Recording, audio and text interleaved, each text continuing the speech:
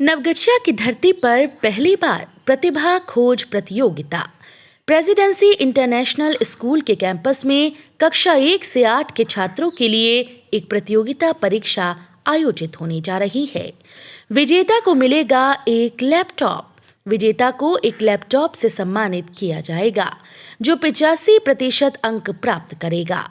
अपनी प्रतिभा दिखाने का अच्छा अवसर है, तो आइए मौका हाथ से छूट न जाए। फॉर्म प्रेसिडेंसी इंटरनेशनल स्कूल में उपलब्ध हैं। ये परीक्षा शैल हृदया चैरिटेबल एंड एजुकेशनल ट्रस्ट के द्वारा आयोजित की जा रही है।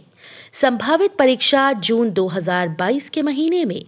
किसी भी जानकारी के लिए संपर्क करें 7368914733 या 8809304733। जल्दी करें। कोविड में अनाथ हुए 3 बच्चों से आज प्रधानमंत्री मोदी ने की बात। प्रधानमंत्री मोदी ने भागलपुर के तीनों बच्चों से उनका हालचाल पूछा, पढ़ाई और बाकी मिल रही सुविधाओं के बारे में भी की वार्ता। वैश्विक महामारी कोरोना पूरे विश्व में इस कदर छाई कि कई लोगों के घर उजड़ गए। अचानक से आई विपदा लोगों पर कहर बनकर बरपी। अपने ही लोग अपनों से दूरी बनाकर रहने लगे। इस वैश्विक महामारी कोरोना ने लाखों की संख्या में लोगों को लील लिया। कई लोग आर्थिक तंगी के चलते भूखे मरने लगे। इसी बाबत कोविड के दौरान अनाथ हो गए बच्चों के खाते में आज सोमवार को पीएम केयर फॉर चिल्ड्रन योजना के तहत पीएम राशि डाली गई। साथ ही स्कूल जाने वाले बच्चों को स्कॉलरशिप ट्रांसफर की गई। इस दौरान बच्चों को पीएम केयर फॉर चिल्ड्रन की पासबुक और आयुष्मान भारत प्रधानमंत्री जन आरोग्य योजना के तहत स्वास्थ्य कार्ड भी वर्चुअल तरीके से सौंपा गया। इसके लिए सुबह 10:30 बजे वीडियो कॉन्फ्रेंसिंग के जरिए ये कार्यक्रम प्रारंभ हुआ। ये कार्यक्रम भागलपुर समीक्षा भवन में किया गया। इसमें जिले के 3 अनाथ ऐसे बच्चे हैं जिन्होंने अपने माता पिता को खो दिया। इसमें 2 मुंदीचक और 1 सुल्तानगंज के बच्चे हैं। इनमें 2 लड़की और 1 लड़का है। प्रधानमंत्री ने भागलपुर जिले के इन बच्चों से भी उनका हालचाल पूछा और साथ ही साथ पढ़ाई और बाकी मिल रही सुविधाओं के बारे में भी बात की। कार्यक्रम के दौरान डीडीसी प्रतिभा रानी, शिक्षा विभाग के पदाधिकारी संजय कुमार के अलावा भागलपुर के कई अधिकारी, शहर के कई प्रबुद्ध जन मौजूद थे। किस चीज़ को लेकर आज कार्यक्रम किया गया था? आज जो है कोविड के दौरान बहुत सारे ऐसे परिवार हैं जिनका बच्चों के माता पिता दोनों की मृत्यु हो गई थी। तो ऐसे जो बच्चे हैं इनको माननीय प्रधानमंत्री जी के स्तर से पीएम केयर्स प्रोग्राम के तहत उनको लाभान्वित किया जा रहा है। ऐसे बच्चों का पढ़ाई लिखाई, उनके स्वास्थ्य और सुरक्षा, ध्यान, इन सभी के बारे में पीएम केयर्स फंड से उन सभी बच्चों को आर्थिक एवं अन्य सुविधाएं उपलब्ध कराई जा रही है ताकि उनका पालन पोषण, पढ़ाई लिखाई समुचित तरीके से किया जा सके। उसी के संबंध में आज एक लाइव इंटरैक्शन सेशन था जिसमें माननीय प्रधानमंत्री जी के द्वारा पूरे देश भर में के सभी ऐसे बेनिफिशरीज़ को जो है संबोधित किया गया एवं इन बेनिफिशरीज़ के बीच एक किट का वितरण किया गया जिनमें उनसे संबंधित सभी दस्तावेज उपलब्ध है, जैसे उनका जो पासबुक है जिसमें उनको आर्थिक हेल्प उपलब्ध कराया गया है और उनके जो भी डॉक्यूमेंट्स है, हेल्थ कार्ड बनाया गया है, ये सारी चीज़ें संलग्न करके उनको इस फोल्डर में उपलब्ध कराई गई। उनके गार्जियन को भी बताया गया है कि इसका ठीक से ध्यान रखेंगे और इंश्योर करेंगे कि बच्चे का देखरेख हो सके। Thank you. पति की लंबी आयु की कामना के लिए महिलाओं ने किया वट सावित्री व्रत। पति की लंबी आयु की कामना के लिए मनाए जाने वाले पर्व वट सावित्री को लेकर सुबह से ही महिलाएं वट वृक्ष के चारों ओर मौली धागा, मौनी व पंखे फल प्रसाद से पूजा करते दिखीं। भागलपुर व भागलपुर के आसपास के क्षेत्रों में वट सावित्री व्रत पूजा को लेकर सभी सुहागन महिलाएं अपने पति के लिए वट वृक्ष के नीचे 16 श्रृंगार कर वट सावित्री की पूजा की। भागलपुर व भागलपुर के आसपास के क्षेत्रों में वट सावित्री पूजा को लेकर सुबह से ही वट वृक्ष में पूजा करने के लिए महिलाओं की भीड़ उमड़ पड़ी। ऐसी मान्यता है कि खासकर महिलाएं वट सावित्री पूजा अपने पति की लंबी आयु की कामना के लिए करती हैं, इसलिए महिलाएं वट वृक्ष में पूजा अर्चना करती हैं। इस दौरान सभी महिलाओं ने पति की लंबी आयु के लिए वट वृक्ष में फल प्रसाद का चढ़ावा करते हुए पति की लंबी आयु के लिए कथा सुनते हुए पूजा अर्चना की। तो खुशी तो होगा ही। जी जी।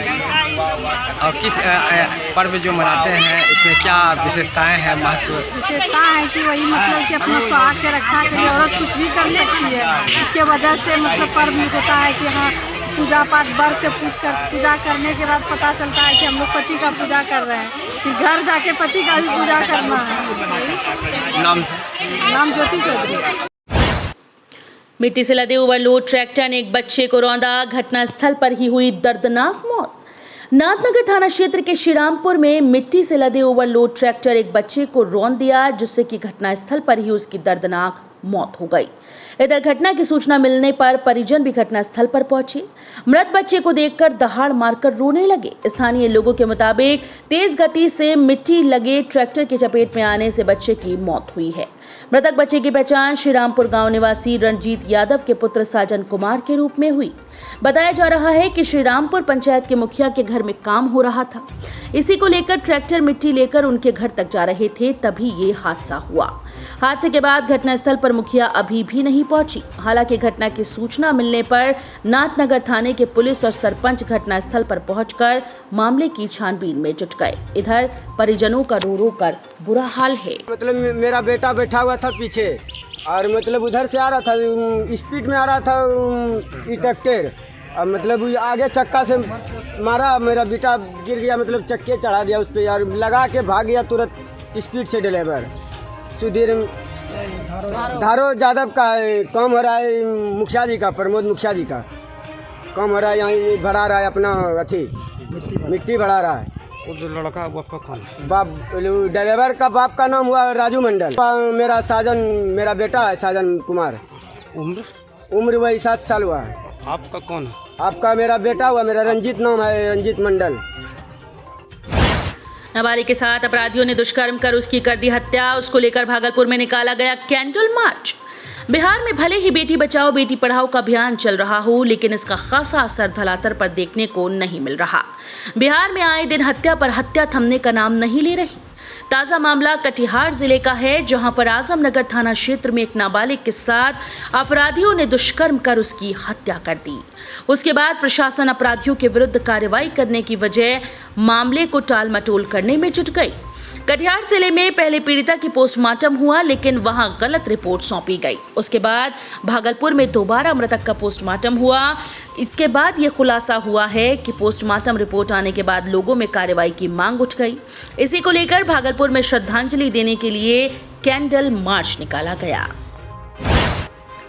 दो वर्दीधारियों के बीच चला हाई वोल्टेज ड्रामा, महिला दारोगा ने मारी फांसी। भागलपुर के कचहरी चौक पर शुक्रवार को दो वर्दीधारियों के बीच हुए विवाद और हाई वोल्टेज ड्रामे में अब सख्त कार्रवाई होने की जानकारी मिल रही है। बताया जा रहा है कि कचहरी चौक पर 0 माइल थाने में तैनात महिला दारोगा की दबंगई को वरीय अधिकारियों ने गंभीरता से लिया है। यही नहीं, बाकायदा पूरे मामले की जांच भी शुरू हो चुकी है। वही जांच का जिम्मा ट्रैफिक इंस्पेक्टर राजकिशोर सिंह को सौंपा गया। इसी सिलसिले में शनिवार को ट्रैफिक इंस्पेक्टर राजकिशोर सिंह ने कचहरी चौक पर पहुंचकर जमादार दशरथ यादव से पूरे मामले की जानकारी ली। इस दौरान जमादार दशरथ यादव ने जांच अधिकारी को बताया कि कैसे महिला दारोगा ने बीते शनिवार को उनके साथ बदसलूकी की। उन्होंने कहा कि वो कचहरी चौक पर ट्रैफिक व्यवस्था संभाल रहे थे। इसी क्रम में बिना हेलमेट के एक स्कूटी सवार युवक ने वन वे व्यवस्था को ठेंगा दिखाते हुए पूरे नियम कानून को पैरों तले रौंद दिया, जिसके बाद उन्होंने उक्त स्कूटी को जब्त कर लिया। इसके उपरांत स्कूटी जब्त होने की जानकारी मिलते ही महिला दारोगा कचहरी चौक पहुंच गई और उन्होंने जमादार को जमकर खरी खोटी सुना दी। यही नहीं, जमादार वन वे उल्लंघन और बिना हेलमेट के स्कूटी चलाने की जानकारी महिला दारोगा को लगातार दे रहे थे, लेकिन वो कुछ भी सुनने को तैयार नहीं थी और जब्त किए गए स्कूटी को जबरन ट्रैफिक पुलिस से छुड़ा ले गई। जांच में प्रारंभिक तौर पर यह भी पता चला कि वो जब्त स्कूटी महिला दारोगा की ही थी, जिसे उनका निजी चालक चला रहा था। जांच अधिकारी ने जांच के क्रम में उस दिन ट्रैफिक में तैनात सिपाहियों से भी एक एक कर घटना के बारे में पूछा। सूत्रों की माने तो महिला दारोगा की दबंगई और अनुशासनहीनता से पुलिस के वरीय अधिकारी भी खासे नाराज हैं। ऐसे में महिला दारोगा पर कार्रवाई की तलवार अब लटकनी शुरू हो चुकी है। वहीं महिला दारोगा के पति भी जिले में थानेदार हैं। वहीं इस घटना से वो भी आहत बताए जा रहे हैं।